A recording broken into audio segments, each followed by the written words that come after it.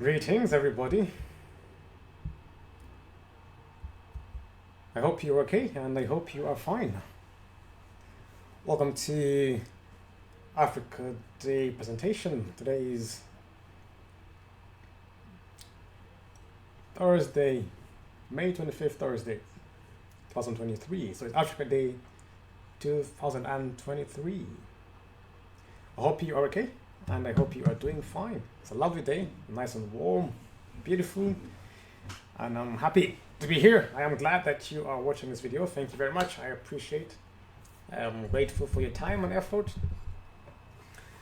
You could have been somewhere else busy, but you decided to be here and watch this video with me. So I am grateful. Many thanks. So we are going to talk about Africa Day. We're going to talk about the history and what it means. We're going to talk about, give a presentation, show a bit of photos, a bit of current news. We're going to talk about the history, tribes, languages, and much more, isn't it? I'm going to put this up straight, isn't it? Thank you very much. Sometimes this comes off, isn't it? There we are, that's better. So yeah, definitely, we're going to talk about it a bit more about the history and what it's all about. So we're going to celebrate the unity and the culture. We'll talk about not the culture we always hear about, but the one which is not mostly spoken about. I got my glasses. There we are. That better? Fantastic. So we're going to talk about the history, what we not always hear about, or what we're not told about in most cases. So it's dealing with the tribes, the DNA, the bloodlines. We're going to talk about a bit of history from way before, which is not normally talked about in most cases. It's good to celebrate, so if you learn something that's new, so you learn by reading more, so the more you research, the more you find out too much about things you didn't know. So definitely, yeah, welcome today. Hope you are doing fine. So if you're new to this channel, subscribe, check out our website, and follow us for more striking and more positive content. You can comment below, or you can tell us where you're from. We'll be more than happy to respond. Definitely check out our group, our Emerald Facebook group. So we deal with books and we reviews. Let's talk about podcasting as well. We have our end of month meeting, which is next Wednesday, next Wednesday, 31st. So meet the last Wednesday of each month to discuss the books. Online meeting. Then we have other meetings which we have face to face, such as we had a coronation big lunch party for the King's coronation here in the UK on the 7th of May. We do have other activities like table tennis, where you come in and play ping pong to interact. We also have games, social nights, we also have barbecues sometimes we hold parties for people. Get a mixture of both, so academic, spiritual, social, economic, and all that. So yes, but we are a book club, definitely we are a book club, right? Definitely a book club, but we just had a bit of spice to it, so we don't just read books, and we don't just do one thing at a time. I'll take off my glasses one time and not good. Yeah, so apart from that, it is, there we go. Kind of falling off. That's better. So yeah, definitely want to talk more about it. And if you have something you know, something you want to learn, or something you know, please let me know. This is about learning. Some things using data that I have come across on websites and doing research. So some might be outdated, some might not be. Some say not be correct. So I'm using what I know. So you think it's a mistake. So yeah, disclaimer, I'm using what I know. So it might not be what you know or what you think to understand it to be. I'm taking from my point of view and what I have seen. So for those who are going to say, oh, that might be wrong, might not be the case, that is fine. We always have a different points of view. So I'm using my perspective to talk about what I know. Yes, before anyone jumps and says, oh, that's not wrong, that's not true, that's it, which is normal. But I'm just to put it out there as a disclaimer. So yeah, Africa Day has been around for a while, which I didn't know about, but now I've learned more about it. So yeah, it's a good day to celebrate, and it is a good time to bring people together, talk about important issues which affect people and what we can do. So history, the present, and the future will be amazing, won't it? It will be great to have that. So I'm gonna have a presentation, then we'll show a few images, and also go to the web. So you can have a rough idea, a bit of research, and find out more. We can read more about it. So definitely. So yeah, thank you very much, and you hope you enjoyed the presentation. So hope you enjoyed the presentation. So I'm going to show you my screen in a minute.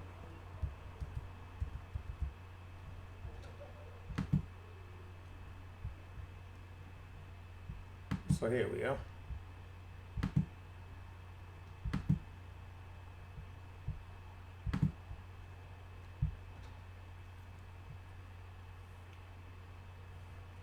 So welcome to the presentation. I'm going to show you a bit about, I prepared a few slides. So Emerald Book Club presents Africa Day 2023. The future is what we make it to be. I repeat, the future is what we make it to be.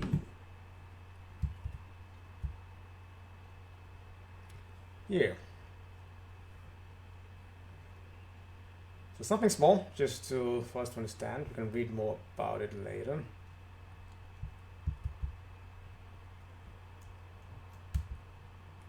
So about Emerald Book Club.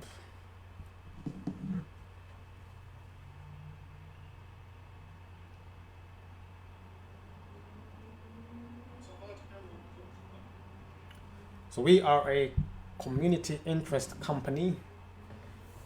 So we are not for profit. So we are here to benefit the community.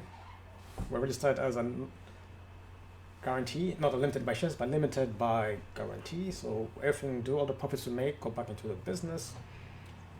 Our aim is to publish books. We're going to start publishing ebooks, pamphlets, going to do journals as well, diaries, and much more. Easy now to publish now because everything's online. We do review books, so mostly end of the month we have books which we review from different authors, different genres, and people who have written books. Podcasting, so we do have a podcasting session where we talk about the books, so we get others to talk about their books and what they have read and what they have learned. We also do table tennis. Table tennis is one of the things we do for exercise and to sort of being social. So for the social side, we do exercise and we get fit.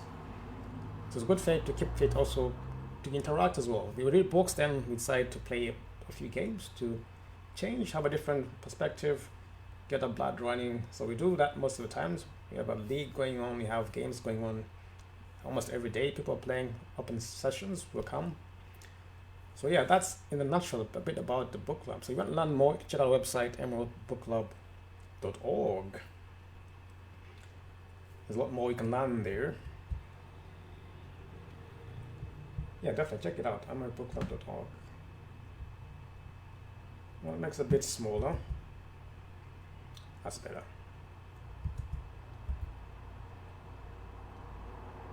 So our mission is to inspire and develop readers, writers, and authors.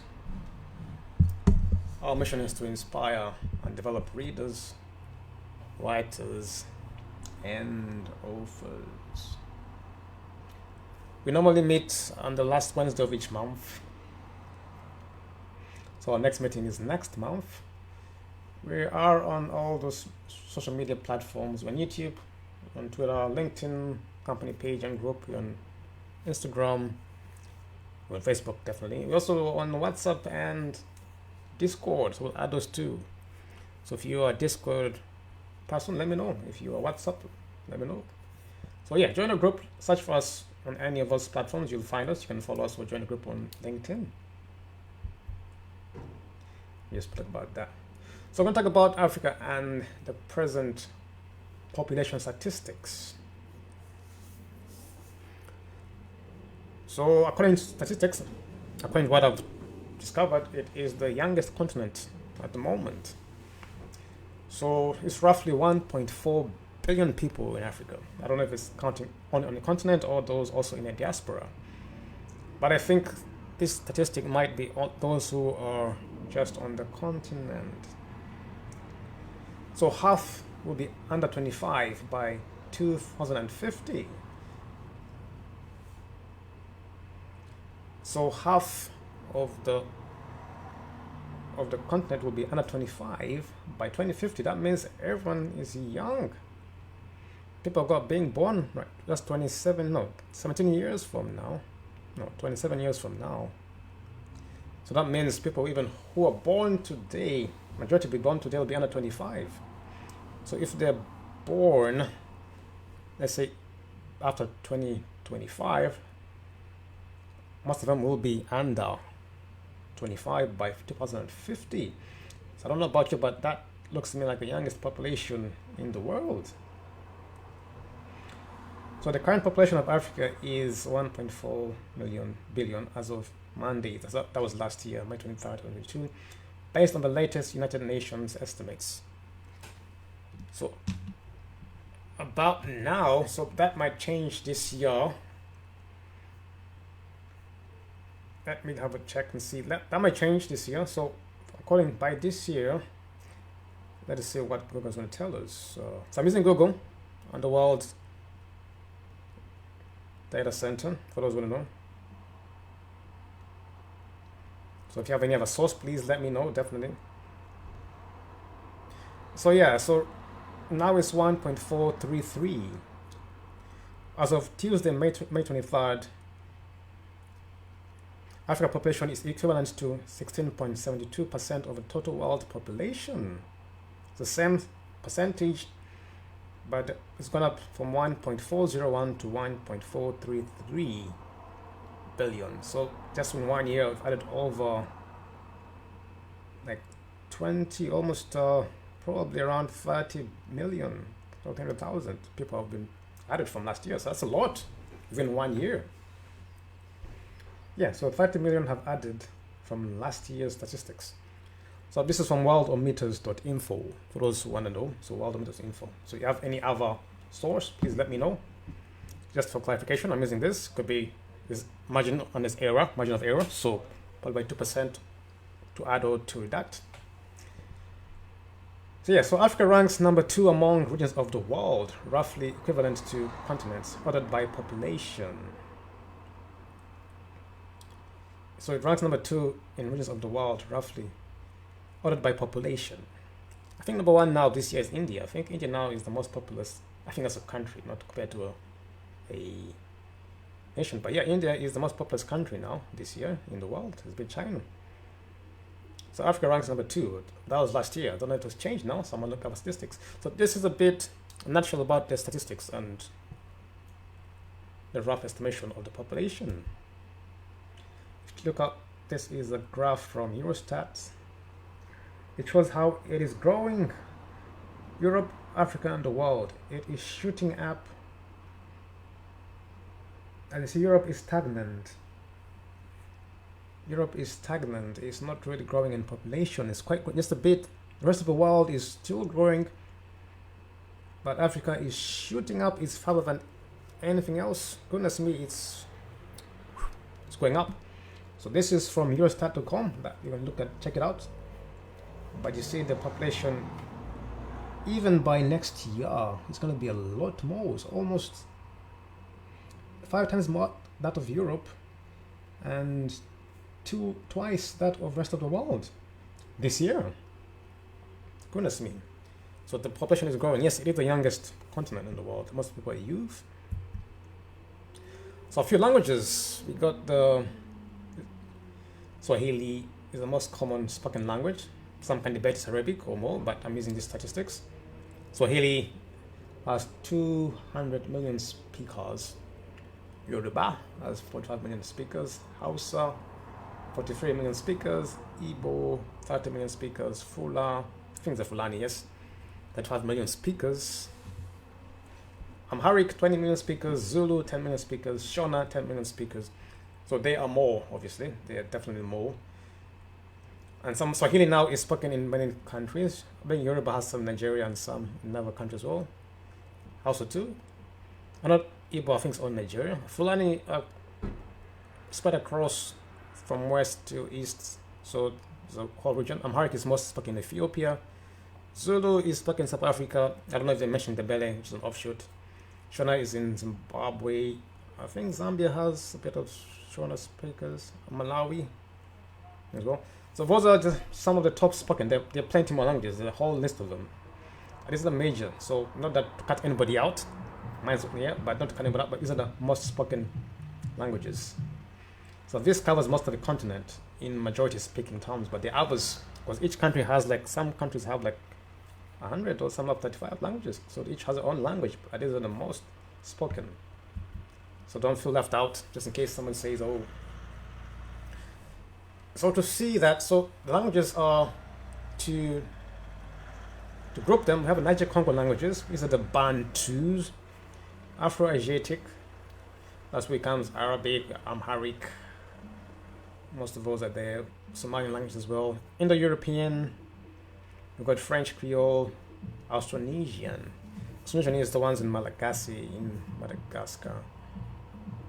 So those are the grouping of the languages, but there's a lot more that. So entrepreneurship. Data shows that millions across the continent are responding in kind. 22% of Africa's working age population are starting new businesses, which is the highest rate of any region in the world, according to the African Development Bank Group. This was last year, by the way. So 4% of African women are entrepreneurs. This makes Africa the leading continent in terms of female participation in entrepreneurship.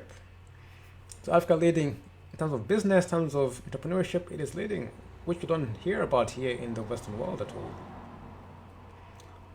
So 22% of Africa's working age population are starting new businesses, which is the highest rate in any region of the world. So African women are the leading in the continent in terms of female participation in entrepreneurship. So 4% of African women are entrepreneurs. That's leading in the world. Oh, that's quite good actually.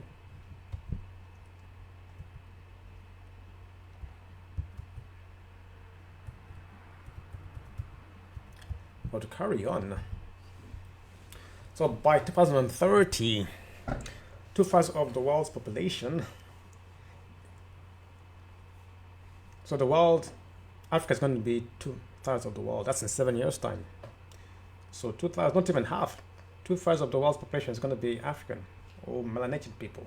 Some use the word black. I use the word black because I don't use the color, but we say the word African in terms of people who are melanated. 2/3 of the world's population will be melanated. That is Bantus, Khoisan, you got Ethiopians, you got the Hebrews, you got the Egyptians, the old ones, the old ancient ones. So I don't know if this is talking about only those on a continent, but those who are in the diaspora, those in America, those in Asia as well, those in Europe as well, I don't think it's counting that. So the UN ODC's strategic vision for Africa 2030 outlines our mission to provide the most safety to Africa's people, government, and institutions from drugs, crime, corruption, terrorism, and illicit financial flows. Nigeria is projected to be the first African country to hit 1 trillion in GDP by 2030. We also have the East African Federation, which is a proposed political union of the 7 sovereign states of the East African Community: Burundi, the Democratic Republic of Congo, Kenya, Rwanda, South Sudan, Tanzania, and Uganda. That's going to be a single federated sovereign state. We also have now BRICS is one of the ones which is formed. So we have Brazil, Russia, India, we have South Africa as well, and China. So a few more want to join BRICS. A few more countries in Africa also are planning to join BRICS. I had Nigerians to join them. So that's going to be something new again. We had ECOWAS, which was the economic of West African countries. Yeah, it was there. We have the East African Federation. Now we have BRICS, which is coming in from South Africa, and many other countries are joining. So it's going to be a bright future for the continent, because many people are coming out. There's much news. So President Putin also said he has canceled a debt of over $20 billion for African countries. So Whew, that is a big step. I think the world is changing rapidly. So cancelling debt of 20 billion to capping countries, that is amazing. And many countries now are not using the dollar anymore. They say they're going to start their own currency, letting go of maybe the Western currencies they were using before. Some are trying to make their own currencies. Number one for me is Zimbabwe, which is going on the gold as a currency. That is the best because I am for gold. Why? Because gold has value. Gold is what we used before money came into circulation. Paper money came into circulation. Gold was the currency. That's why it says you had 20. They'll give you a receipt. Money was a receipt for how much gold you had in the bank. That's what money was for. You give the receipt, you got $20 worth of gold in the bank. So they give you a receipt. Now it's the money itself. But thank you, Zimbabwe, thank you for taking that big step and using gold as your currency. I hope all other countries will follow suit. Yes, it's fiat currency, but gold is the top currency which we need to use, gold and silver. So thank you, Zimbabwe, for that. They have shown it. So I'm going to find the link for you here.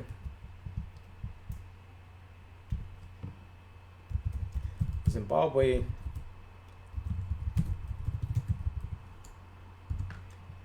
Got a good one.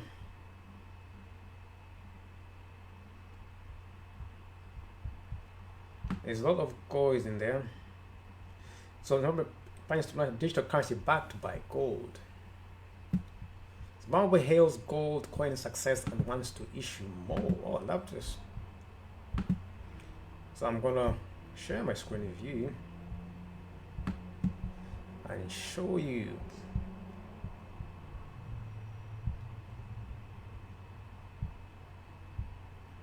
There we are. Zimbabwe has gold coin success and wants to issue more.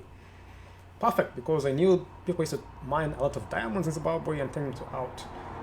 Now they say, you know what, that's it. We're gonna make our own gold coins. So bravo to Zimbabwe. That is a huge step for me. That's a 100% thank you. I hope all the other countries see the same issue and they follow up with gold. The gold coins used as currency in Zimbabwe will soon be available in smaller denominations, the central bank says. So last month they saw a gold coin worth $1,800 introduced. Oh, beautiful. Hallelujah. That's what I love to hear. Thank you, Zimbabwe. I'll come buy some gold and invest. But skyrocketing inflation saw people rushing to cash in their Zimbabwean dollars for US dollars to stop their savings losing value. This led to a shortage of US currency and drove up exchange rates, so the central bank reacted by halting loans. But it soon changed tack, and last month issued gold coins worth US dollars 1,800 instead to ease demand for US dollars. Those higher value gold coins are available to buy at approved banks and are tradable locally. The average yearly salary in Zimbabwe for a civil servant is US dollars 2,600. And according to the state-affiliated Herald newspaper, 4,475 gold coins have been sold since the introduction last month. This makes it a success in the eyes of the central bank. The low value US dollar $180 gold coin are to be released in November, the Herald reports. So that is a lot more. So you're gonna have two currencies, the US and the Zimbabwe dollar. Sound pretty much, but that is the article on BBC. The US dollar, the Zimbabwe is using a gold coin worth $1,800. In pounds, that's around 1,483 pounds. But that is brilliant. That is absolutely fantastic. So that is good news for me. That is absolutely good. I'm happy to hear that. Definitely. So that is a plus. That is good news, positive news that we are listening, what we're hearing.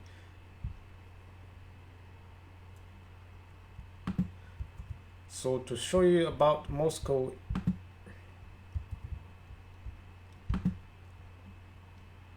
where are we now?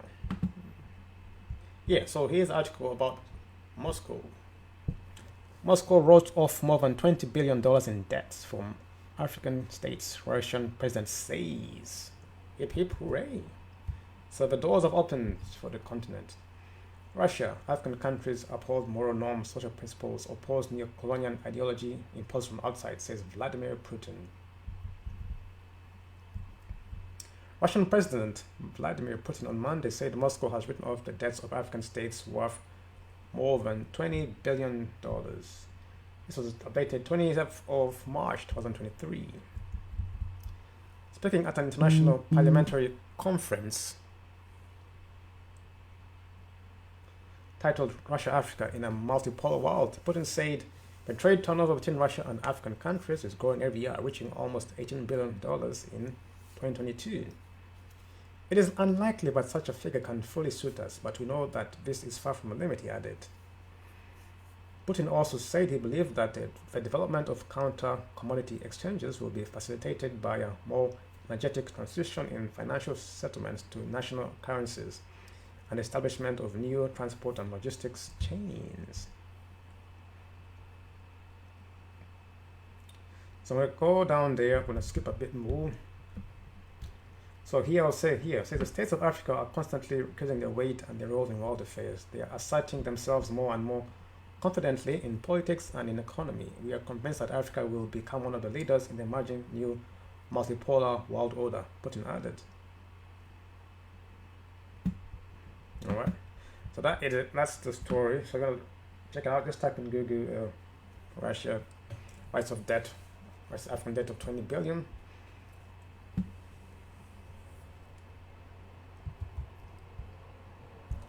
So there is more positive news. So that is good. There's a lot more you can find out. Just want to show those main ones. I'll also show you, actually I'm going to show you about BRICS Alliance, so you can find out more about BRICS Alliance and how many countries now want to join it.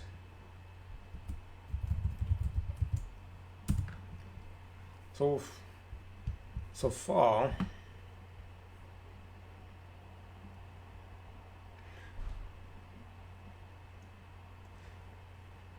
so 19 nations have expressed interest in joining BRICS, among them.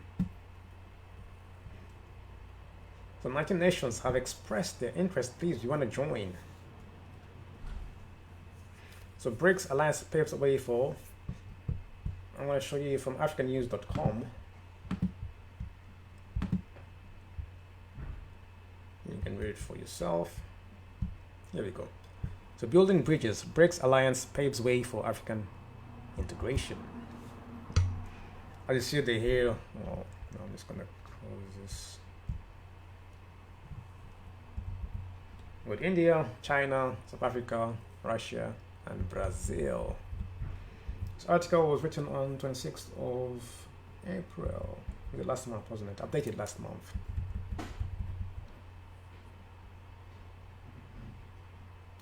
So as the 15th edition of the BRICS Summit approaches, the alliance should soon expand with the arrival of several African countries in particular. Oh, wow. So as several African countries want to join this, is it? Oh, wait. So BRICS is made up of Brazil, Russia, India, China, and South Africa, with a contribution reaching 31.5% of the world's gross domestic product in 2023 against 30% for the G7. The BRICS are considered the current major emerging powers. Look at that, it has outwitted the G7. So BRICS Alliance the contribution has reached 31.5%. So Annie Sukal, the South African ambassador to the BRICS, confirmed on April 24th during an interview that 13 countries had officially submitted applications to join the group of emerging economies, specifying that this announced acknowledgement of the organization will be at the heart of the debates at the next BRICS Summit, scheduled for June 2nd and 3rd in 2023, or this next month, actually next week, in Cape Town, South Africa, next weekend. But for the moment, a few names of African countries wishing to join the BRICS have been revealed. Among them we have Algeria, Egypt, Nigeria. Already a member of BRICS? Oh, okay, so Nigeria is already a member of BRICS. We have Sudan and Zimbabwe. So Algeria, Egypt, Nigeria, Sudan, and Zimbabwe are going to wishing to join the BRICS Alliance. This enlargement aims to reinforce the importance of economic alliance on the international scene. So that is what I wanted to talk about, the African countries who want to join the BRICS alliance. So good as me. So for those who are new to this, that is the latest in alliances which affect most of the continent. Because we got Nigeria and Zimbabwe. Now nothing else, one in East African Confederation. That is boom. It's going to blow up completely. So BRICS is already beating the G7 in terms of GDP, 31.5. G7 is 30%. So that is we're telling you what is prepared. And if more countries join, like Nigeria, which its GDP is growing, that's going to be fantastic for the continent. So this is the news, Africa. The door is closing somewhere, and the door is opening on the continent itself. We are in the diaspora, so we're here. We can see things are shifting from here a lot. So definitely things have shifted from here. The population here is aging, but according to statistics, African population is quite young. So looks like the power is shifting to Africa. It is shifting at a high rate and high speed. People are moving there. Companies are moving out to Africa. So for those who are interested in learning about it, so definitely look it up.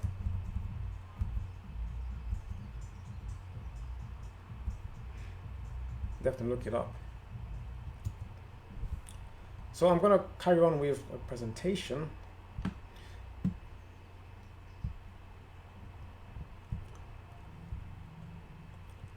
So the true size of Africa, I mean, there's a lot happening. That's why the media is not the best. I'm not judging, but definitely they don't show you a lot. I'm not criticizing anything, but in most cases we don't hear a lot of good stories coming out, something which can motivate someone too. So you gotta look deeper to find more of this. So this is a picture of a true size of Africa. If you found it before, let me know. So the one we use now is what is his name? Who reads this map? It makes it look quite small. If you see the normal map now, I'll show you an image after.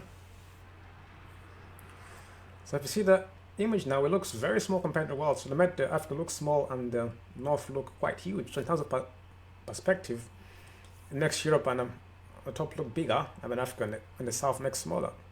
So this is the German guy who made this map. I know this one is a Peter. I forgot his name. It's right here, top of the map. So this is the true size of Africa. If you compare it, so you can see almost the world can fit into. So if you look at it carefully, majority of the world can fit in there. The USA is there. We've got most of Europe can go in there. We've got India and China. If you got those three, then I'm sure. So we've got United States, you've got Europe in there. You've got India, you've got China as well. So I think that's a lot. And trust me, there is space left. If you put up those spaces, as you can see, there are spaces. You can add a few more countries in there. So that is huge. The true size of Africa is a very huge size. So obviously, I'm not talking as a country, but as a continent. Definitely, if you add in Europe as a continent, Asia as a continent might be bigger. But I think from this, Africa is bigger than Asia in terms of area, not landmass, but area. Because what they show you is quite small, but if you look at this one, which is more accurate,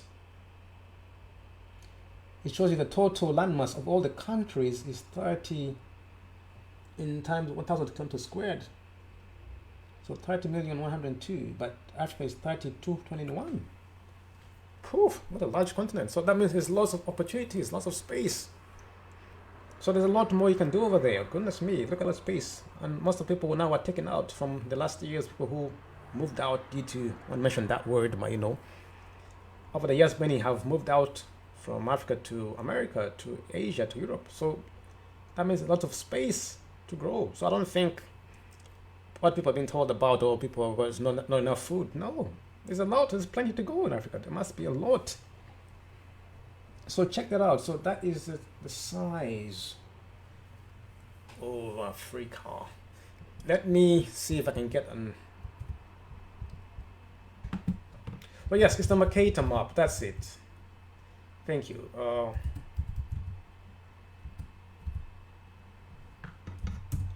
So definitely, yeah, it is the Mercator map. Thank you very much. Yeah, how did I forget that? It is the Mercator map. So I'm gonna. So if you look in Google, so I've typed in Mercator map versus real size. So this shows you how Mercator, I think it was a German guy, tried to make the north look bigger. If you see that some of these maps, look at Africa, it's so small, it's tiny. That's what I knew before. So it looks ridiculously small. But it's all about perspective. Make it look bigger, or make the things look smaller. Tends to make you look less important. I would say not really, don't really fall for that. But yeah, so if I show you a true picture, for example, let me use this one. Yeah, one of those is good. Let's use that one. So this is the Peters map. New World Map is a more accurate Earth and shows Africa's full size. So this, in a sense, as you can as I showed you from the presentation, most of the world's fit except of America. But the true size, so most of the countries are going to fit there. Half the world, if I'm not correct. India, China, Europe, and America can fit in Africa. So that means, I think that is half the world, isn't it? Yes, half of the half of the land masses we know. Let me correct myself. Can fit into the world. So that means half of the whole world can fit. Let me switch back into this. So look at that map. Look at that size. I mean, look at this. So all those can fit in there. Plus there's space, isn't there? I switch back. Let me find another one, which you can use to project. Let me find another one. Where is it? No, right. Let me see. Oh, that's better. Here we are.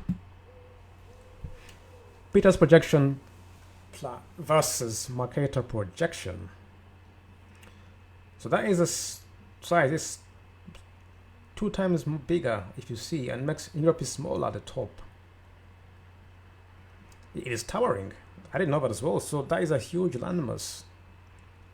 So you can fit in the whole of Western Europe, India, China. We can fit in the America.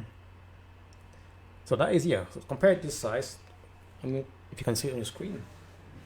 So you can see now Peters projection versus Mercator projection. So that is the true size of the continent for those who are unaware or those who know. If you have any more, please let me know. Definitely, this is what I'm saying. So if you have any more links or any others you'd like to share, let me know. But so I would use Peters projection because sometimes the reason why I'll go for that, because true size helps you project. Truth is important because it helps you know how things are. Once Mercator was projected, it gives you a false reality. Why?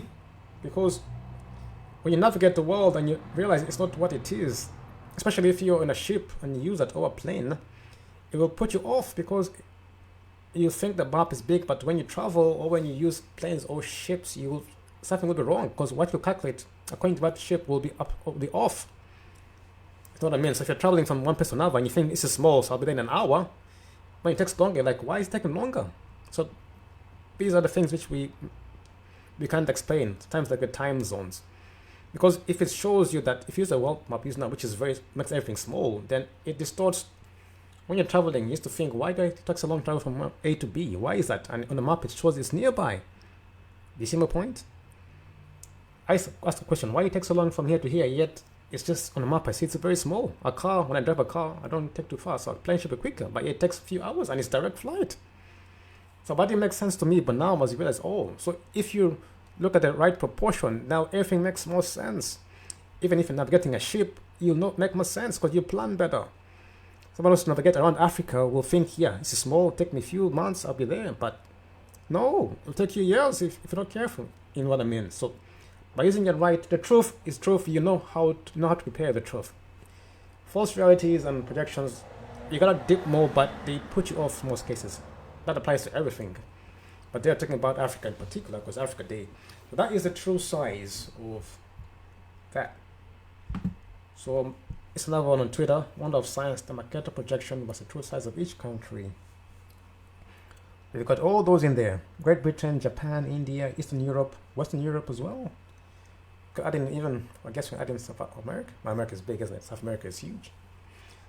But that is the true size. So back to my presentation. Yeah, definitely, that is the true size of Africa. So I'm sure there's a lot more. No wonder there's a lot happening over there that we do not know about. Carrying on. So we're going to talk about the history. There are a few names I have here. Obviously, if you have others, let me know. So these ones I've come across. Alkebulan is one I used to know most. It's called the mother of mankind or Garden of Eden. So they say Alkebulan is the oldest and the only word of indigenous origin. It was used by the Moors, Nubians, Numidians, Carthaginians, Carthaginians, and Ethiopians. So that's, I don't know who's, I didn't write this, I don't know who wrote this. So they say it's the oldest. So might be the oldest according to who or to what? According to which civilization? That's what I would say, because Alkebulan, who brought up the word Alkebulan? Is it the, if you look at the oldest civilization in the world, in Africa, which one is it?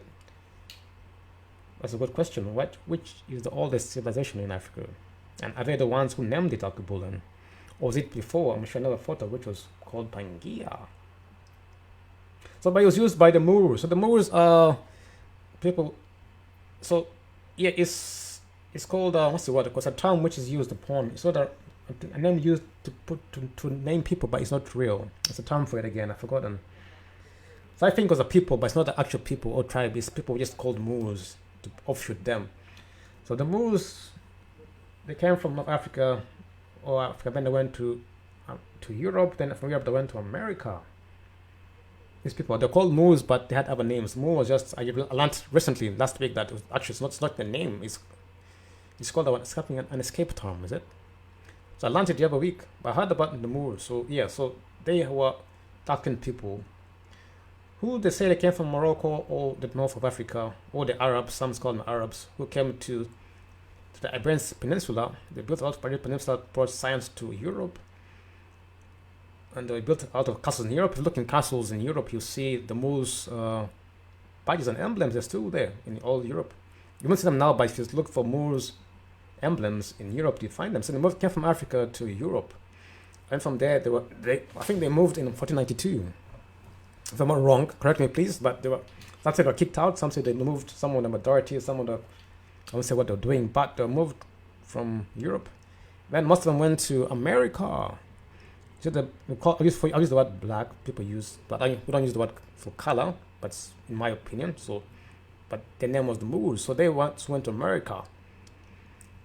So I won't mention why, but so if you read the history of the Moors, so they went to America and began the Moorish nation. There's even a temple, the Moorish temple in America. So from there they went to America. I think some of them mixed in with the indigenous tribes in America, and from then on they haven't had much about them, to be honest. So I don't know, some went to Africa as well, came back to Africa, some went back to America. But those are the Moors. The Nubians are the ones who we call on the east side. I think some are Egyptians, some call them Ethiopians, around Sudan, that area. Numidians, I'm not very quite sure, the Carthaginians, and Carthaginians from Carthage, isn't it? Some put it next to, in the top of Tripoli. I don't know if that's correct.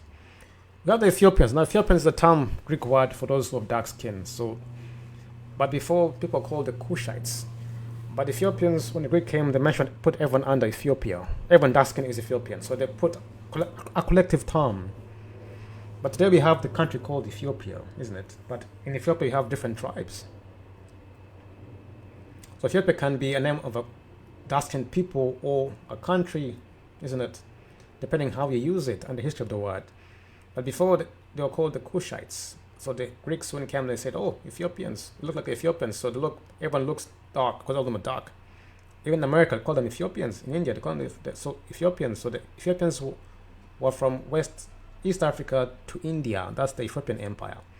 That's why you got the Dravidians, the Tamil, those who were in India. That was East Ethiopia until Ethiopia in Africa got part. That was the Ethiopians. I'm sure there's larger before. So Ethiopia, yeah. So another one name I came across was Ethiopia, which was people of a dark pigment. The melanated, the ancient stone masons. The ancient stone masons. Masonry is an ancient skill people used to build. You also have the masons, who is a group. So all these were the ancient stone masons, people who were old, way before. So the Ethiopians, if you use the word, it depends on which context. Today it's a country, but yet in the country, Ethiopians are different tribes. Some are Nubians, some might be Bulls, some might be Egyptians, but they all cause they live in the country, so the nationality is Ethiopian, but their bloodlines might not be Ethiopian, they might be of different indigenous origin. Because nowadays everyone's grouped under country, people merge together, and different bloodlines have been merged. So your country might not be necessarily your bloodline or where you're originally from, just a place you live by nationality. Another name is Afuraka. So these are consonants, so you can change the vowels. Some say Afira, Afura, some can say Apura. So it depends on the language. Some you can interchange the consonants. So it can be Afuraka, Afiraka, F can be put as P, Apuraka, Apiru, A can be U, Apiruka. So if you hear those names, depending on the language and the culture, it's all the same. It means house of the soul or the Makaba, the temple. It's the house of the soul. So for those who've been told the negative words, no, it's a positive word. Afuraka is a positive word. It's house of the soul, people of the soul. It's the soul food, the soul music, the soul life, astrology. Yes, healing, astronomy, science, maths. All this was there. What's the word? Turning metal. I forgot the word. Alchemy as well. Afuraka, Afiraka, Apuraka. It's house of the soul, Makaba. Another name is Pangaea. Pangaea is when all the continents were together. I don't know if that's the name they use for everything or just one of them. But Pangaea would mention the whole world, isn't it? Those who are together. So those are some of the names that I have come across. If you others, please let me know. Definitely, let me know if you have any names. Alkebulan, Ethiopia, Afuraka, Pangaea. Some would say Atlantis was part of it. It's up for debate, but we'll see whether Atlantis was in Africa or in America. Or was it in the Atlantic Ocean? Hint, hint. So it's good to know the previous civilizations and the names they used. But Africa's names, that's it. So there's so many tribes in there and cultures that it's quite a lot. I think it's the most populous in terms of cultures and languages and tribes in the world. We have Asia as well and America. We'll talk about. So these are a few maps, the old maps of Africa. So definitely look it up. So if you see here, it says Oceanus Ethiophopicus. So this says Atlantic Ocean is called the Indian Ocean. No, the Ethiopian Ocean. Some would say Ethiopia is here. How can this one be called? Some guys are debating as usual. So why would this ocean be called Ethiopia when Ethiopia is near side? But remember, that time all the continent was called Ethiopia. So this is way before. So look at this map carefully. Oceanus Ethiophicus, that is Ethiopian Ocean. So that again here as well, sorry, yes, the Ethiopian Ocean right here. This one is called the Indian Ocean or the Eastern Ocean. So this ocean, which is called Atlantic Ocean today, down below it was called the Ethiopian Ocean. Isn't history amazing what you learn from the past? So all maps, some say true, some say not. So if you zoom in, you'll see a lot more of what they are talking about. But yeah, so if you want to know, that is the old maps.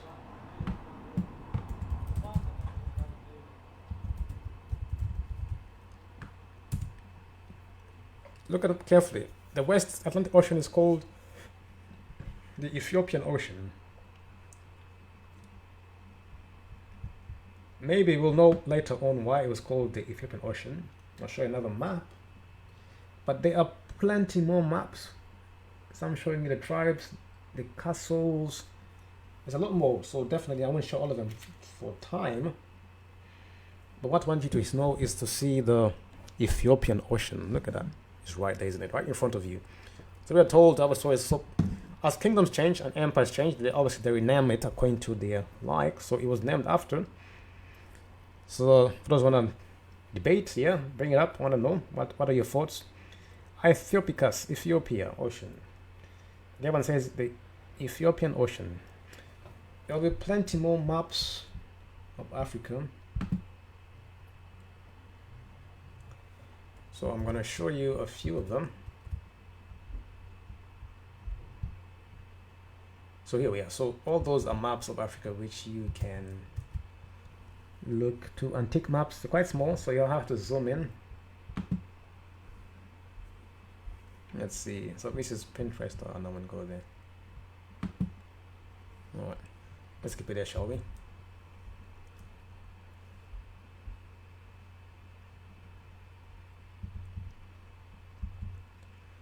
Here we are. So there's a few more maps there. You can check it out. So if you look at this one, so you can have to zoom in to see some of the kingdoms in there. So I'm going to show you Negroland. So this one says Sudan. So another name was Sudan. I forgot about Sudan. Yeah, so the African continent from West Africa to East was called the Sudan. Oh, how did I forget that? My apologies. I totally forgot about the Sudan. Yes, so from 1890. Can I zoom in?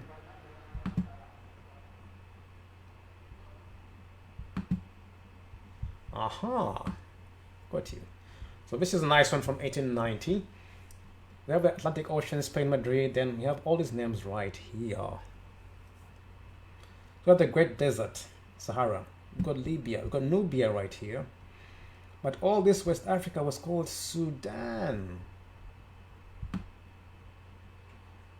For the name Sokoto, Agadez, Andanga. Look who we have here. Jacob. Here, President Nigeria, Adamawa. Adam. Look at that. Goodness me, what you learn from ancient words. It's Cameroon Mountains, just where Nigeria is, we have Adama. Nigeria. Yakuba is Jacob, isn't it? Jacob. Go to Shanti, Albany, here, Dahomey, Yoruba, Dango, the Kong, Bambara. Some of the names, if you look them up, Dumas. Oh, the Moors. Here, we got the Moors right here. The Moors. For those who can see, where that is, the Moors are right over there. So this is where the Moors, people say they came from. Right here, it says the Punish Dumas Moors. Oh, this is fantastic. So if you look around, there is more to read on. Oh, interesting. So we have the Moors who came to Europe. Europe, they had the codes to, I was going to say the underworld, they have the underwater cities, or to Atlantis, the Moors. And look where the Moors are. So if you look right in the top left, where Morocco is today, that's where the Moors are. Nope, okay, let me zoom in again, can't zoom in twice. The Moors are right there. So you see, that is the Moors. So look at the Songhai Empire, that was all called Sudan. Mandango, I'm guessing that's Mandingo. Senegal, Gambia is a new Gulf of Guinea, Equator. Now here we have the South Atlantic Ocean. Before it was Ethiopic Ocean. So as time passed, the names changed. So we got all this here. So look at here. So Sudan was not. So Sudan before was not a country. It was a whole place. So it was made smaller now. But Sudan, I think, is the biggest country in Africa. Some say it's Algeria, but Sudan must be the biggest one. But look at it. Sudan was ranging from all this from Senegal to Sudan. That was Sudan. The Sudan. Yeah, we got Darfur. Oh my goodness, the names have still been there. Niam, Gondokoro, Rudolph Lake. It's down to Uganda, Monengeri, Ararami, Stanley Falls, Manyema. I'm looking for all the words which I couldn't get. So some names have been changed, but they hold a lot of knowledge in those names. Nyasaland was Zambia, isn't it?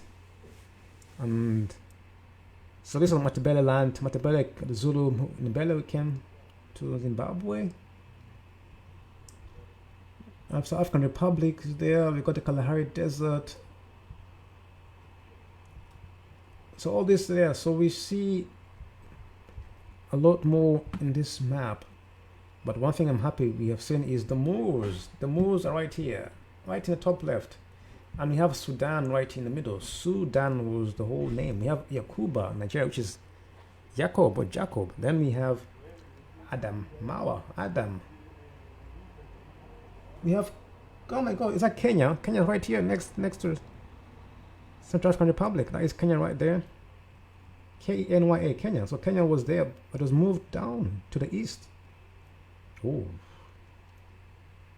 So there's a lot more than we have missed out. I say we've been told, but last time we didn't know. So Kenya was, look, that is Kenya, I'm correct. Kenya. 1890, Kenya was there, but it was next to Nigeria. It was at Central African Republic.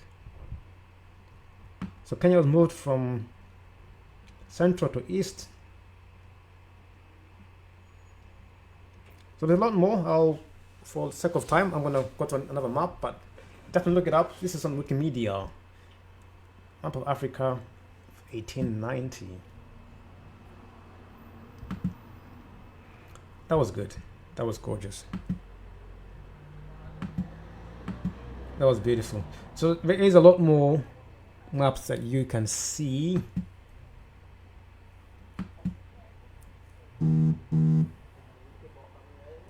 There's a lot more maps that you can see.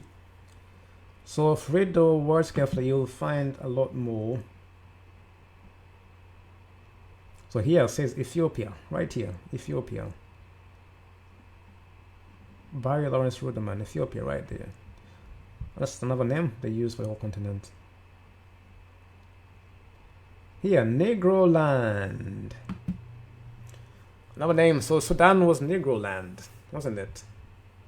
So right where we saw Sudan, now we're seeing Negro Land.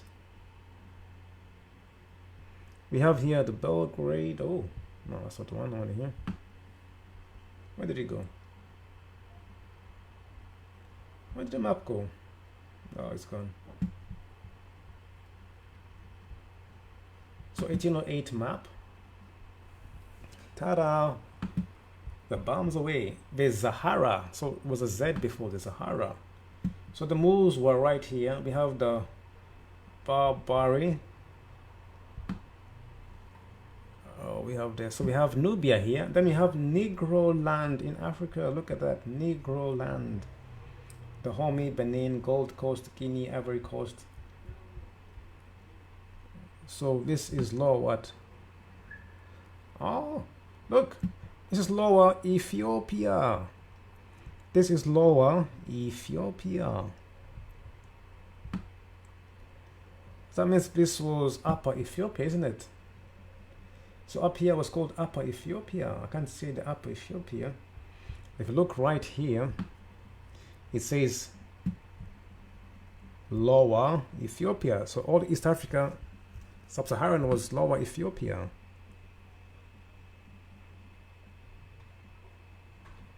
Benguela, Angola, Jaga, Monomotapa, Mataman, Hottentots. Oh, this is good. Aha, here we go. Look here. The Ethiopian Sea, right? On the left hand side, the Ethiopian Sea. So before it was called Atlantic, I think it's right in the corner, not the whole thing, but before it was called Atlantic, it was called the Ethiopian Ocean. Or here you see the Ethiopian Sea. That is beautiful, isn't it? That is fantastic. That's good. So that's it about some of the maps. I'll definitely let you move on to the next one. So yeah, so check out the maps for yourself. That's a lot more. So we've seen Negroland, Sudan, Ethiopia in the same place. So add those to the list, but that was not the whole continent. But I think Ethiopia was. Sudan was just a bit over from West Africa to Sudan. That was Sudan. So here are a few more maps. So these are the ancient and medieval sub-Saharan African states from ancient history. If you see that on the left. So you can see the Songhai Empire, Wolof, Jolof, Ghana Empire, Mali Empire, Kingdom of Ife, Kingdom of Benin, Kingdom of Congo, the Nok culture, All these were in present-day Nigeria. Hausaland, Kingdom of Kush, Kingdom of Kanem, Bono Empire, the Kingdom of Luba, Mutapa, Great Zimbabwe, Mapungubwe, Swahili Coast, Abyssinia, Aksum, Damat, Kingdom of Alodia, Kingdom of Dongola, Kingdom of Nubatia. So these are some of the kingdoms they show on there. But if you look on the map on the right, you see Ethiopia again. So Ethiopia was not, before it was a large area. And above Ethiopia, what do you see? Sudan. So that whole area, Central African Republic, Nigeria, Ghana, Togo, Benin, all that was Mali, was called Sudan. Ooh. And then we have Ethiopia in the middle there.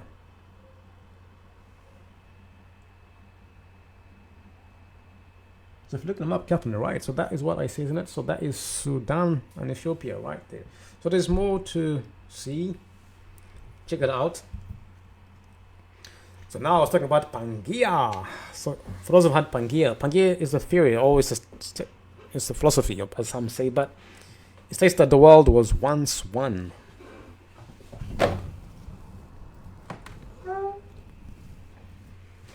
The world was once one. So before they drifted apart. So if you look carefully, the both Americas fit nicely into West Africa and the west coast of Africa, all the way from the top to the bottom. United States, Brazil, all those fit nicely in the west. Look at India on the side, fits perfectly down at the east side of Ethiopia. Saudi Arabia fits well. So if you heard about Pangaea, look at that. So if you look at Mauritania, that's where the Moors were. And if you go to the next photo, I'm going to show you something about, we'll come back to this one, but if you look carefully, so this image helps a lot in solving many questions about, are they asking people only in Africa? So this is how it was before, and people say all life began in Africa. If it's true, if it's not true, then where it began, some say Asia, some say United States, fair enough.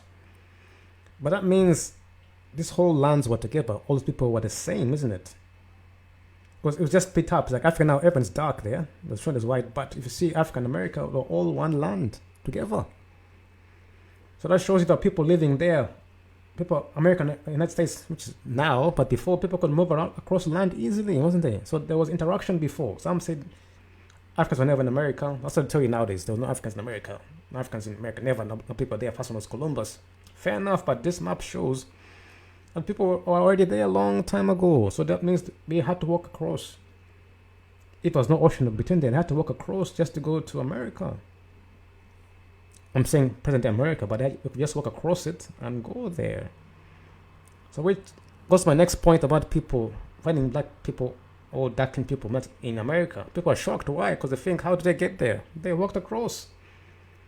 They call the Native American tribes, the Aboriginal Americans, were all, if the Aboriginal Africans were all dark, wouldn't that be the same for Americans and Brazil and the original ones long time ago? Not now. I'm talking about ancient times. So that shows you a lot about the cultures before, not now. So if you look at the ancient cultures, the Olmecs, who built South America, people say, oh, how did they get across here? They had big African statues. No. Some say they're Africans, but there are people who lived there. They're called the Olmecs, the Native Americans, the Aboriginal Americans.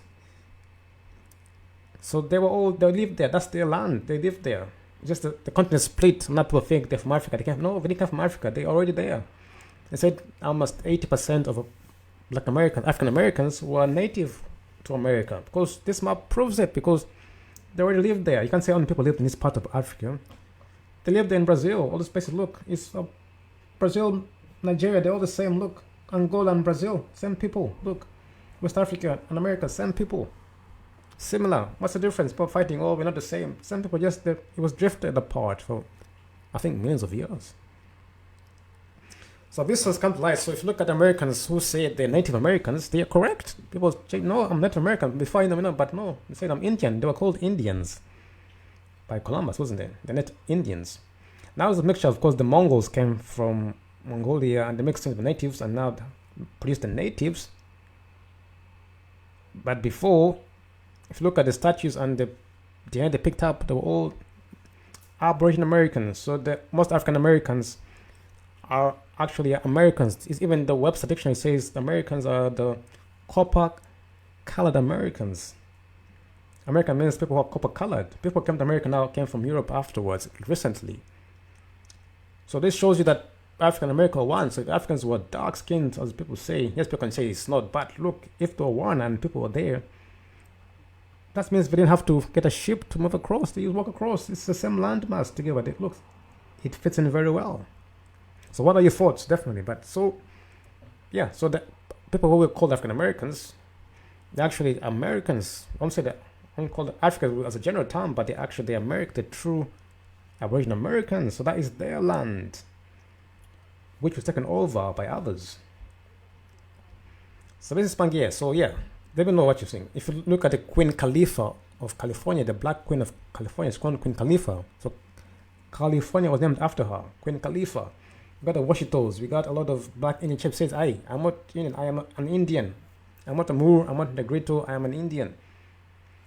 The old books will show you, America, the old world. We'll talk about it. So this shows you how people didn't have to come across. They just walk across. It was together. India, Africa, look. The Tamil, Dravidians, all from East Africa, they're the same. It was all one part. So they walked across, it was all one. So when people say we found this, they're shocked. How could they find Black Eve in America? And this all makes so beautiful. How did they get here and Africa is far away? No, it's not. They were just together. They've been there for a long time. It's their land. So people just come and make up some things just to confuse people. But look, if Pangea is true, then that means the Americans were there. From Africa, they walked around. People would walk around, move back and forth. So that is Pangea. So we'll come talk about the American states later on. But for those who didn't, if you have a question, let me know. But yeah, so that should tell you a bit more about the Black people in America who are already there. Some came from Africa, but only a few percentage came from there. But native DNA are already there. That is their land. So look at the history. Carrying on, the oldest tribes we have. That is DNA. People first came to this planet. We have the Anu, some are called the Twa, Apiru, Habiru. So Anu, the Twa, some say the Anunnaki children. Twa, the pygmies who are found all over the world. Like the Sumerians were short-haired pygmies, dark nappy-haired pygmies they call them. Those are the pygmies, the Twa, found in China, in South Asia, in the Philippines, the Gritos. Those are the Twa, the pygmies. They found now in Congo and Uganda, pygmies. The Abiru are the Hebrews. Abiru, Africa. I told you can change the F and the P. Afiru, Afuraka, Apiruka. You put the H, Hafuraka, Habiruka. So Africa, Habiru, Hebrew, Habari in Swahili. How are you? Habari, Habiru. I told you in language you can interchange the vowels. And you can change the P for a B and the P for an F sometimes. So it can be Hafiru. It can be Apiru. Take out the H here. Habiru. Here. Take out the H. It can be Apiru. Abiru. If you add the K, Abiruk. Biruk. Barak. Abiruka. Hafuruka. Afuruka. America. Apuruka. Hint, hint. Oh, I'm loving this. So Apiru, the Hebrews, the ancient Hebrews, sons of Jacob, Apiru, Abiru, Habari, Abiru, Biru, Piruk, Biruk, Baruk, Barak, Barak, Habiru, Hebrew. Yep, makes sense. Move on to the Moors. The Moors, talk about the Moors. In the image, it were from the west side of Morocco. They were from the Arabs, came from Africa to Spain, Iberian Peninsula. They brought astrology and mathematics to Europe. I went from there. They were kicked out, I think, in 1492. They went to Americas. Some went to Africa. And they mixed in with the indigenous tribes. The Caribbeans. The Caribbeans were already there. And that was their land, the Caribbeans. The Taino, all those are in America. Was like American tribes, black American tribes. Talk about specifically black, I mean, not black, but dark-skinned American tribes who were there. The Caribs were dark-skinned American tribes, and that's the land. That's where you get the Caribbeans from. The Taino were tribes in the West Indies, the Caribbeans. Don't go on in Africa. People talk about Sirius Star. The San, Khoikhoi, and Southwestern Africa. I think the San, they say, have the oldest in the world. I'm not too sure. You can correct me if I'm true. But those are some of the oldest tribes we have. Anu comes from Anunnaki, Anunnakians. Twa are the Pygmies. Apiru are the Hebrews. Moors are the Arabs who came from there, went up to here. The Caribs, Taino are in America. I'm going to add on the Washito Moors, the Washito and the Cherokees. The Dogon talk about the Sirius Star. People are shocked. How these guys know about it and you have no instruments? They talk about Sirius Star before the Western world found about it. What's up with Dogons? The San, Khoikhoi, you have the oldest DNA. The click language, I love it. So these are all those tribes in the world which we have. We should give a shout and say grateful for them. So to carry on, let me know what are your thoughts. Any comments? Let me know. Definitely let me know. So there's an alphabetical list of the tribes of Africa. I'm not going to go through them. They are over 1, 2, 3, 4, 5, 6, 7. So around 410. So you can find your tribe here, also from Africa. I don't know most of them. I won't die. So these are which are documented, they said. I know a few here from Asante Ghana, Akan, Anyawena Rugba, Bamun, Parante Bamana, Bambara, Bangu, Bangwa, Bankwani, Banyamba, Barambu. I'm butchering Samantai. I apologize. But also some Body Congo, Baganda, Bura, Bushog, Boaka Bwende, all those away Father Grebo, Giriama, Gronsi Hamba. So they are many. If you carry on the House of Nigeria, Congo, Igbo Nigeria, Kaguru Koma, Kikuyu of Kenya, Kipsigis of Kenya, current day Kenya. Remember some of them migrated from the belly of Zimbabwe or South Africa. Ruba, I don't know. Ngoni, is it Zambia or South Africa or Zimbabwe? Nok should be Nigeria. Mahongwe, Mombasa, Masai, Kenya. That's what I know. Luchazi, Luba, Upemba. That sounds like Zambia. Lemba are in Malawi, South Africa. But they said these have the Jewish DNA. The Lemba are the priesthood of Israel, the Lemba tribe. They were found to have the Kohen DNA of the priests of Israel, of Jacob, found in Africa. For those who dispute about the Jewish part of Africa. So there are a lot more. I won't go through the list. Please, allow me not to go through it. There are a lot more here, so you can find them. Shilluk is in Sudan, isn't it? There's a few I know. Big ones I know. Tutsi, Rwanda, Zulu definitely most known. Yoruba very well known. The Pygmy, I think Pygmy, Ameni Samburu, Kenya, Oromo, Ethiopia. Ovambo, I think, is somewhere in Angola or Namibia. Nyanzi should be Malawi or Tanzania. Ogbonia, I've had a bunch of where you are. The San, talked about the San. Sonenka, Nubia, all that. So definitely there are plenty more of those you can watch. I'm going to the American tribes. So yes, so the American tribes, as we saw from that point, we always think of American tribes as the natives. They are natives, but these are, so 98% of African Americans are Native Americans. As I showed you from this map here, America and Africa were all one before the split. So why wouldn't there be, I won't say Africans, but people who are dark skinned in America? And that's the native land. So if you look at the DNA of them, it's native to America.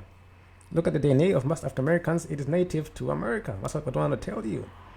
The Cherokee, the Chickasaw, Choctaw, Muscogee, Lumbee, there are many more. The Creek, the Black Seminoles, the Cherokee Nation, Muskogee, the Washitos, Taino, the Caribs. All these are Indian tribes of America. Dark-skinned Indians. They are the picture. Someone say, "Oh, who is Africa? Which part of Africa they're from?" Not Africa part. They're from America. Yeah, Aborigines of America. Just to help the Black Asians. In Black Asians, I want to go through. I'm going to show them as well.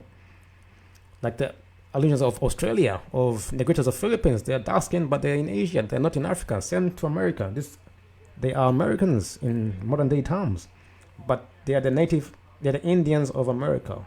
They are Aboriginal Indians who were given names such as Moors, then African American, then colored, then black. So they're taken away from the lands by giving them names. But the true identity is the Aborigines of America. So the figure is, they say 98% of African Americans are Native Americans. So that is their land. That's who they are. So look at the Pangaea. That should show you a lot more. So the American tribes were Americans. That's how we have the ones in India. We have the ones in Vietnam. We have Thailand. We have Pacific Islanders, all dark-skinned. I'm not saying they're African. I won't call them African, but they're people who own those lands. We can group everyone under Africa. We can say this as a general term, but in bloodline type, they are the natives of America. African Americans, that's the name they've been given recently to take away their rights, but they're not actually African Americans, not actually black, they're actually American Indians. The Aboriginal Indians is their true name. So all these tribes, the Seminoles, Cherokee, the Muskogee, the Creek, there are a lot more. On them, the few of them. So those are the Americans. For those who just joined, if you look at this picture here, America and Africa were one. It's one place. So why would the people who are dark here be dark in here as well? I'm sure there's a mixture of other. I'm not saying the other races too. People is a mixture, definitely, of others. I'm talking about the dark-skinned ones particularly. Yes, the white people as well. People who are light, they were there as well. But I'm talking about particularly those who were dark, melanated, just to be specific. This shows they were together, so they didn't have to travel much to go together. Some remained here when the continent split up. Some remained here, and some remained there. Those are Americans who we find in America.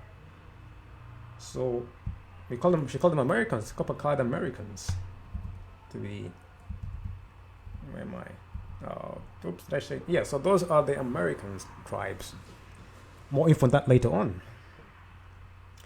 Moving over to Africa, after Asian tribes, we have many Asian tribes who are, let's say, dark skin. I don't use the word.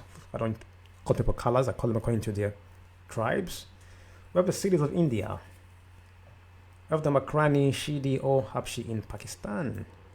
We have the Australian Aborigine. We have the Dravidians of South India and Tamils. We have the Orang Asli. We have a Satun of Thailand, Jahai of Thailand, Mai Darat of Malaysia. We have Pacific Islanders of, as Oceania, Melanesia, Micronesia, Polynesia. Melanesia comes from melanin. Dark-skinned people all in Asia. All those are dark-skinned people of Asia.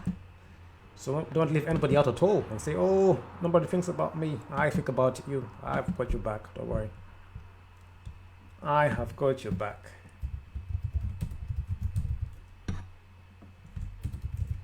George has got your back. Don't worry. I've got your back. George has got your back. I remember all of you across the four corners of the earth. So I'm going to show you a few pictures of the Black Asians. Got Asian Black China here, Orang Asli, got Asian South, Black Tribes of Asia. This is a video you're gonna watch. Pin one, Asian Black Chinese. This looks like a son of the Khoi Khoi of Southwest Africa. Orang Asli, the Khoisan. We got Mr. Black Tribes of Asia, South Asians, Africans. This is trying to find the Western Asian genes in South African Khoisan tribes, and much more. You can find the Melanesians. They have dark skin with blonde hair.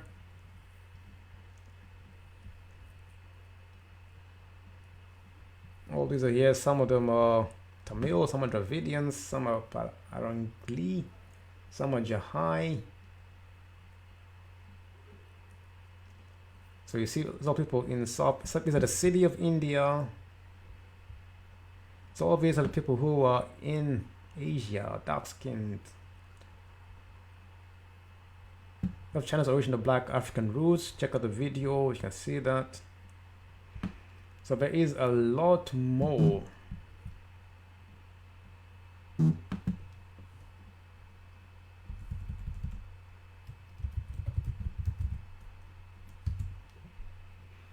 So to show you some of the Black American tribes in America. Here are some of the native Black Americans. Yeah, Black Americans suing somebody for their land. I'm native, this is my land. Yeah, Black Indians in the United States. Here we go. Black Indians in the United States. All those are Black Indians in the United States. There we are, look at that. American Indians. Such funds, African diaspora, American Indians, all these, ebony.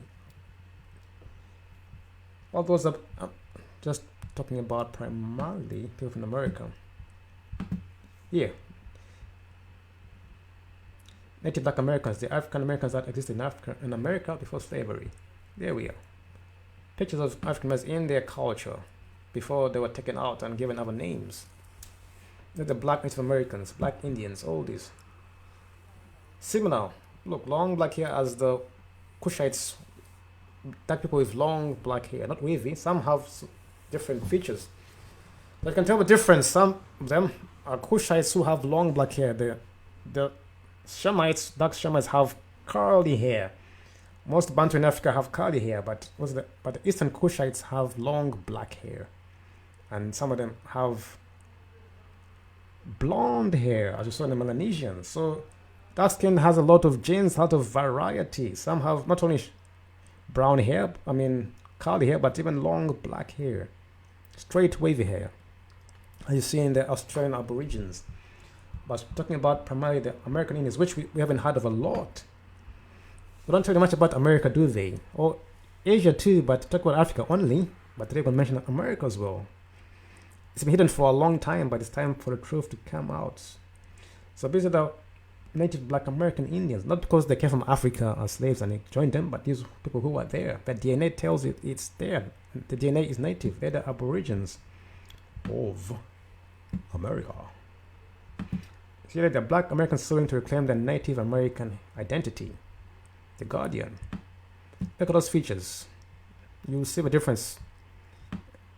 And look up at the features. They don't really look like modern African features we have today. They're very similar. Even the rapper goes, I'm happy. What's the name? You look at his features. If you look at Tupac Shakur Amaru, that was his name, Tupac Amaru Shakur. He said, I'm not going back to Africa. I'm staying here. It's his land, Amaru. He was a tribe of Amaru, America. Tupac was telling you, I am American. Even the guy, Martin Luther King, the Negro is in prison in his own land. Look at his speech. By Martin Luther King. The Negro is in his...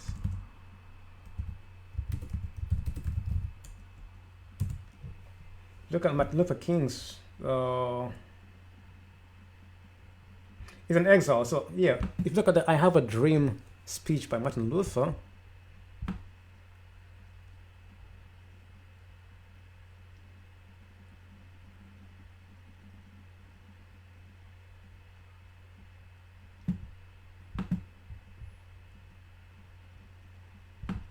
what is it? Okay, let's look.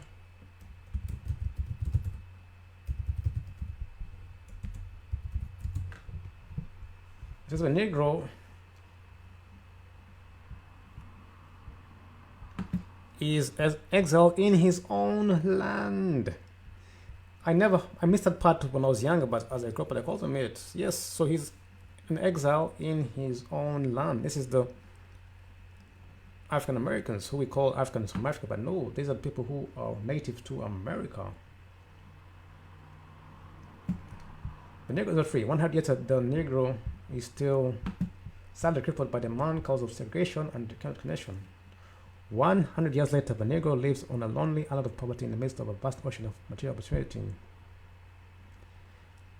The Negro still languished in the corners of American society and finds himself in exile in his own land. A speech by Martin Luther King. The Negro is in exile in his own land. So these are the Black American tribes I have trying to show you over there. Yeah. So 98% of African Americans are Native Americans. America, Africa, it's the same people, it's just different DNA. They are native, we're native African nation in Indian Africa. No need to mix people up. So Afro-Asian tribes, they're all there. There's much more. Negrito is the Philippines. Agta, Aeta, Ati, Ata, and the Batak peoples in Philippines. Negrito means dark or black. Andamanese, Andaman Islands. These are the great Andamanese and Jarawas of the great Andaman Archipelago. The Jangil of Rutland Island, the Onge of Little Andaman, and the Sentinelese of North Sentinel Island.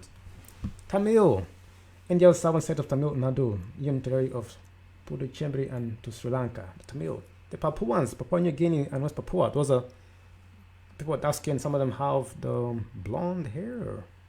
It's always either for Asian or black skin. Some people now don't use that now as they don't see themselves as dark anymore or African. People have moved on from those terms. But in the past, as you say, everyone has a right to call themselves whatever they want to call themselves. But this is talking about the past and how the tribes are all melanated. Now they've mixed in with other people. Some say I'm not this, I'm this anymore. So I'm not talking about taking away your choice. But in the past, this is who they were according to history and the DNA. But people now have mixed up and say I'm no longer this, so I'm right. I'm talking about the past history. Look about the empires in Africa. Mandingo, Songhai, Piru, Moors, Ashanti, Zulu. They have the Olmec, have the Kushite, Nubi, Aksum. There's a lot more. Baganda, we've got the Solomon Empire in Zimbabwe there.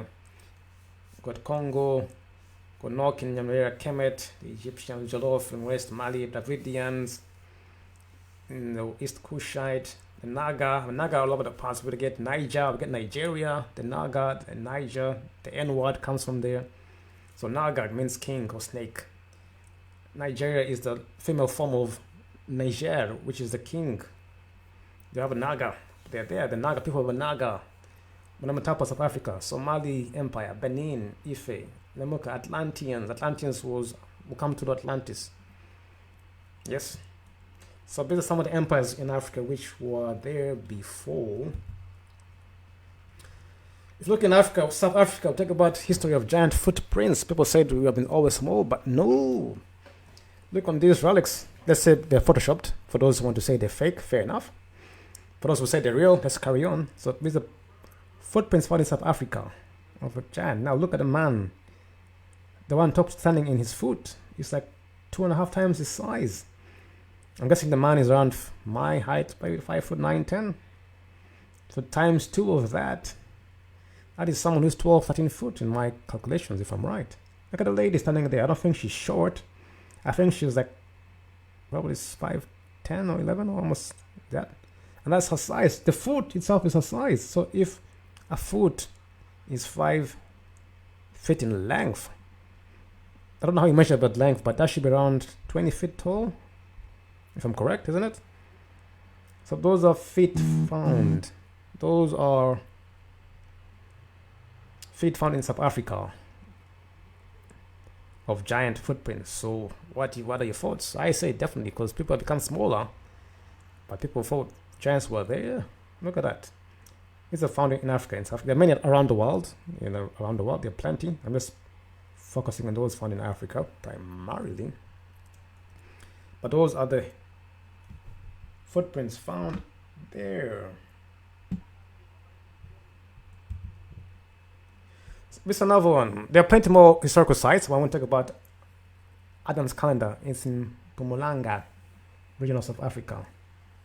So Adam's calendar is controversially suggested to be the oldest man-made structure in the world. Could be wrong, but it's said controversially. That's another word. So the megalithic stone calendar is dubbed Adam's calendar, with the shape of a circle and a diameter of 100 feet.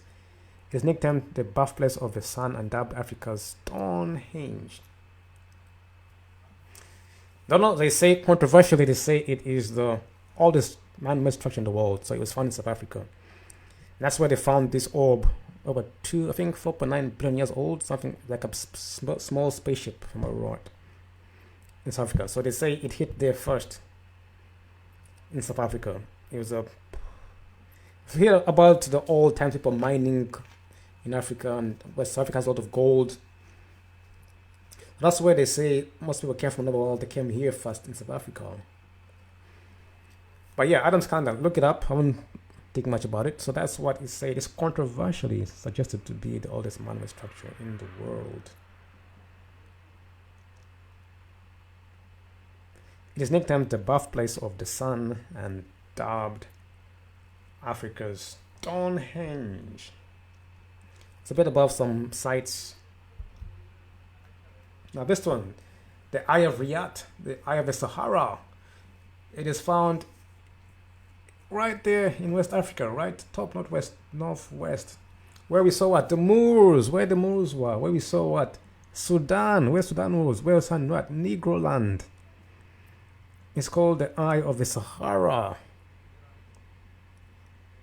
And that's where they say the top bubble was, but that's where they put Atlantis to be there. If you look at, you have to look at it from afar, from the top, from a satellite. You can't see it from the ground, but it's a structure. It's called the Eye of the Sahara. So that's where it's rumored Atlantis was. Some say Atlantis was in America, which is true. America was Atlantis, America was Atlantis. But why? If you go back to our picture, so if you see where it is, it's right on the corner of America where the Moors are found. So the Moors had the key codes to Atlantis. So if you go back to our photo here of Pangaea, it's right here in Mauritania. And guess what? It's next to America. So yes, Atlantis was in Africa and America because they were both one, isn't it? And then once they split up, I think some of it sank, and that's why it was called the Atlantic Ocean. Atlantis was there in the Eye of Sahara and also in America.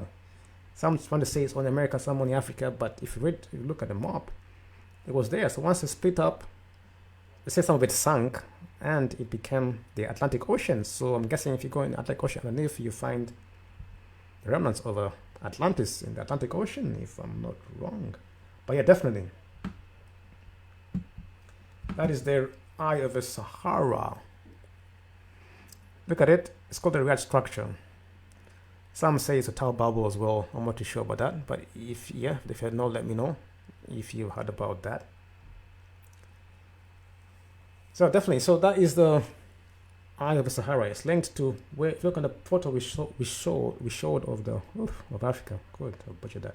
That's where the Moors were, and the Moors had the key codes to go to Atlantis. So it's the exact same place where in the Sudan, in Ethiopia, in Negroland, that's where Atlantis was. Hint, hint, in Africa and America, where the Taino, the Cherokee, the Caribs were. So these are the people who were in Atlantis. Am I lying? Look, this is my photo. Check out the Eye of Riyadh structure. It's in West Africa, not west, but up West Africa top. And so that's where Negroland was. That's where Sudan was. That's where the Moors came from. The Moors came from there. Remember, after that they went to Egypt. So the Egyptians said they got their knowledge from the Atlanteans. So before Egypt was Atlantis, and Atlantis, as you see here, the Atlantic Ocean. So it said it was put over there. That's where it was. Look at the pictures right there, and that if you put it together, it's next to America. So before Egypt, which some say is found in America, the Grand Canyon, was Atlantis, and there we have the Moors who had the key codes to go to Atlantis and back and forth, and that's where we found them on the map, right in Mauritania. We have present-day Morocco or Mauritania. So there's a lot more about this planet which we don't know, but yeah, that's part of Africa. There's a lot more our place haven't mentioned, but those are the major ones. People always dispute or want to say, "Oh no, it's not possible. How can it be called the Ethiopian Asian? Ethiopia is in the east part of Africa." Anywho, moving on to inventors. So many things we don't know were invented by the African Americans or the Native Americans or the American Indians or the Moors or the Atlanteans. I'll call them in their real name. So there's plenty of things which have been invented by, I would say, African Americans. I would say the Native Americans. They're the best at inventing the things in the whole world. They are so smart. Big bag here, almanac, blood plasma bag, cellular car phone, corn harvester, elevator, electric lamp, emergency fire escape mechanism, ice cream, guitar, gas mask, fire extinguisher, imaging x-ray, lawn mower, mailbox, mop, traffic light, threatening comb, potato chip, peanut butter, and a lot more inventions by the true Americans. So we have air conditioning, we have a whole list here, cutting rod, blood plasma, biscuit cutter, ABC, guitar, hairbrush, and all that. So always, if you look them up, the inventors are Frederick M. Jones, Granville T. Woods, George Cook, Charles True, Thomas Elkins, and a lot more. So the list is on there. Look them up in Google. So these are people who invented all the things, most of the things we see here. Even Wi-Fi was an African-American scientist. Internet, Philip Emeagwali, the Nigerian American scientist who made a calculation which born the internet. I think it was trillions of seconds of calculations per second that was able to launch the internet forward. But most of the things we use, the cellular car phone, the elevator, the fridge as well on top. There are more we haven't put on here. There's a few. The fridge, traffic lights, all these inventions by what? Native Aboriginal Americans, who we now call African Americans or Black Americans. They are the inventors of these things. They don't show you, or maybe you don't know about it. Fair enough, they don't have to show you. But if you didn't know, now we know. So all these inventions, what they did. So America was truly the true old world America. Very true. So these are the inventions they have. Look at that. These are pictures of our inventions. The Louis Latimer, Granville T. Woods telephone. You got Frederick M. Jones. Got John Standard, W.M.D. Parvis. So all these are much more people, the inventors of many things which we have not been, well, we didn't know. I won't say we weren't told. I won't say you can't blame somebody for not telling me, but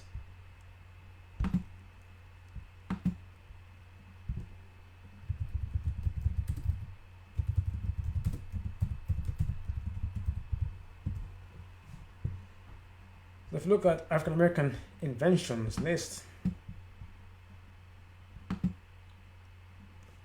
I'll show you one from history.com, so you don't say I'm just using it because all we look the same or I'm picking on, So I'm gonna pick a post from history.com, so don't say, oh Josh, you're just picking and choosing. History.com. 8 black inventors who made life easier. Is more. I've just shown those picture right there on that. Light bulb couldn't join the iPhone. The iPhone? How do you know about the iPhone? Oh, oh really? Ironing board. We've got home security system invented by Mary Button, Britain, 1966. The 3-light traffic signal invented by Garrett Morgan, 1923. Refrigerated trucks invented by Frederick McKinley Jones, 1940. Automatic elevator doors, Alexander Miles. They're definitely Atlanteans, Egyptians. Electric microphone invented by James E. West, 1964. Carbon light filament, Louis Latimer. Oh boy. The color IBM PC monitor and gigahertz chip invented by Mark Dean. Let's look for 10 more inventions of those who we have. Biography.com.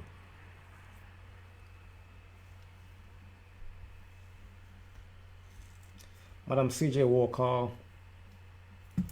Yeah, not for now. Something. Thomas J. Lennon's. For dry cleaning, nose drives carrying, Mary Van Britten Brown, Alexander Miles, Dr. Patricia Bath, H.M. McCoy, Sarah Bond, Alice H. Parker, Central Heating Furnace Design is Alice H. Parker. So that Charles S. Brooks, The Wheel of a Self-Propelled Street Sweeper. Oh, Charles S. Brooks. So there's much more over there. I want to see if I can get this guy, Philip.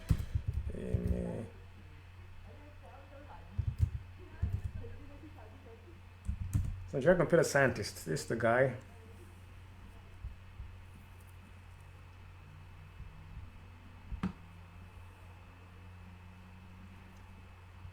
Why did he invent? Inequality uses 65,000 process to invent the world's fastest computer, which performs computation at 3.1 billion calculations per second.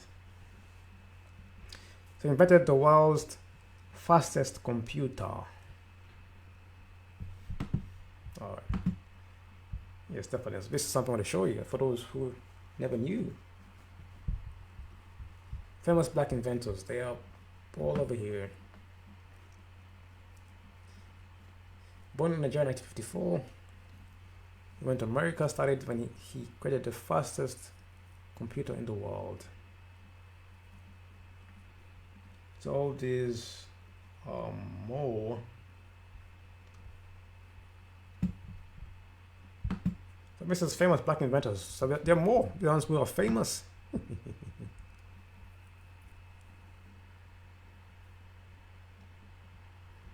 So read more about them here. You're going to learn more about African inventors. These are things people don't know. I mean, it's good to know. But also want to know, obviously. Yeah, but there's a lot more. So check it out and let me know what you think. So those are the inventors.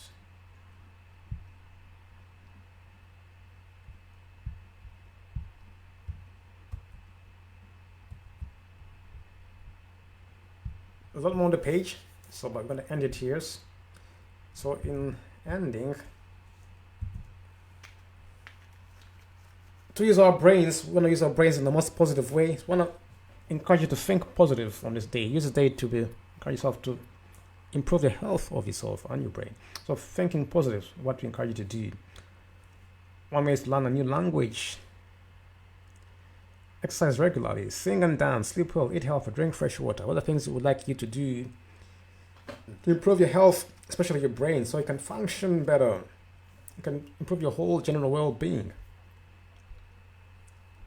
We can be happy, we can have the skills, we can have the wealth, but if you don't have a healthy brain or body, we will not be able to enjoy life. So these are the basics, no matter where you are around the world. This is what we encourage you to. Positive thinking, learning new skills, exercising, singing, dancing, music. It's a way of the brain. Sleep well, eat healthily, drink fresh water. There's much more you can add to the list, but it's the basics I want to talk about. So you can add on, because for you to celebrate your culture, your days, your rewards, this must be in place. If you're not feeling healthy, you're not feeling well, chances are you won't enjoy your wealth or your life wherever you are. So for us to enjoy Africa Day, to enjoy any day we want to do, let us drink well, eat well, sleep well, sing and dance, exercise, learn new skills, so we can improve ourselves. It's good to know the knowledge, but if you can't use it to our advantage when not feeling well, so I encourage you, the best thing to know is to get your health sorted out, so we can enjoy life on this planet. You can enjoy life on this planet, so look after your health. There's much more you can add to the list, but there's a few of them. So why I talk about it, because your brain is the center where things work out, like a computer. So this image shows the universe and the brain. It's the same thing. Look at that. So we are the universe. We are the brain shows you what exactly the universe looks like. So we are a miniature form of the universe. I'm talking now in bigger sense. We've left Africa now. We're going to the universe. In general terms, we are the universe in miniature form. So we are the universe experiencing some of people expressing a human form, but look at the human brain and the universe. It's like something. So we are the universe. We are the one. All in all, from all over the world, we are one. We are the humans. We are the universe experiencing ourselves. People fighting, thinking, well, look at that image. You can't tell the difference until someone tells you, no, that's the universe, that's the brain. So it's the same thing. We are the universe experiencing life on this planet. That's why we're born, we come here, we die, we go back to the universe where we came from. Isn't that fantastic? Isn't that great? Way to end the day. This is a lot more about Great Pyramid section. I won't talk about that. But yeah, definitely. So we are the universe. We are universe experiencing ourselves in this. So the key for us is to live a good life here on planet Earth. The key for us is to live a good life here on planet Earth, isn't it? We sing, we dance, we eat well, live healthily, love yourself, love your neighbor. Look after yourself, look after your health, enjoy yourself while you're down here on this planet before you go back home and give an account. So now, in order for us to celebrate our cultures and our unity, we must begin with loving ourselves, looking after our bodies, our health, our children, our families, our lands, our property, so we can have a better life down here on this planet. So my time is up. I definitely hope you enjoyed that. So we are Emerald Book Club. We are here going to celebrate Africa Day, celebrating the unity and diverse culture. So this is a 3-day event. Today we're going to be online, and then tomorrow we're going to have online music, playing music online. We're going to tune into Gratitude Radio. We'll be here. So Saturday we might have a get together in the evening to celebrate the ending, probably some food, maybe some laughter. So it's a 3-day event, so it's the first part of the event, definitely. So thank you for those who've watched, I appreciate it. Do follow us on Facebook, check out our website. If you have any comments, let me know. We are a community interest company. We publish books, we review books, we do podcasting, we do sports like table tennis and other games. But our mission is to inspire and develop readers, writers, and authors in society and worldwide. So this is Emerald Book Club presenting Africa Day 2023. So I hope you enjoyed that. I hope it made some sense. I hope you learned something from it. It's good to learn. Some might be challenging. Some might think, yeah, right, he's lying. Some might think, oh no, where did you get that from?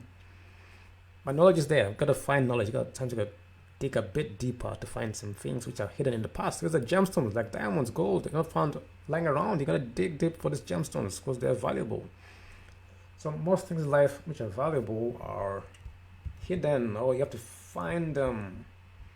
Don't say, how did I know? Ask, how did you find out for yourself as well. Let me know, how did you get it? Definitely. So I hope you enjoyed that presentation. My time is up. 2 hours is what I hoped for.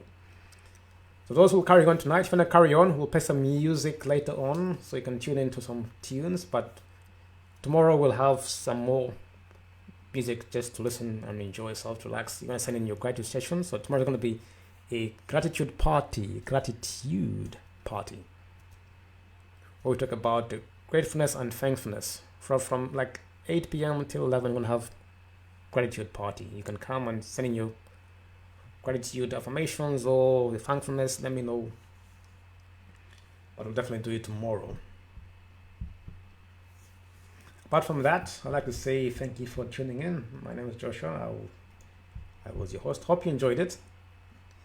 And we shall see you tomorrow for those who show up again. Take care and goodbye.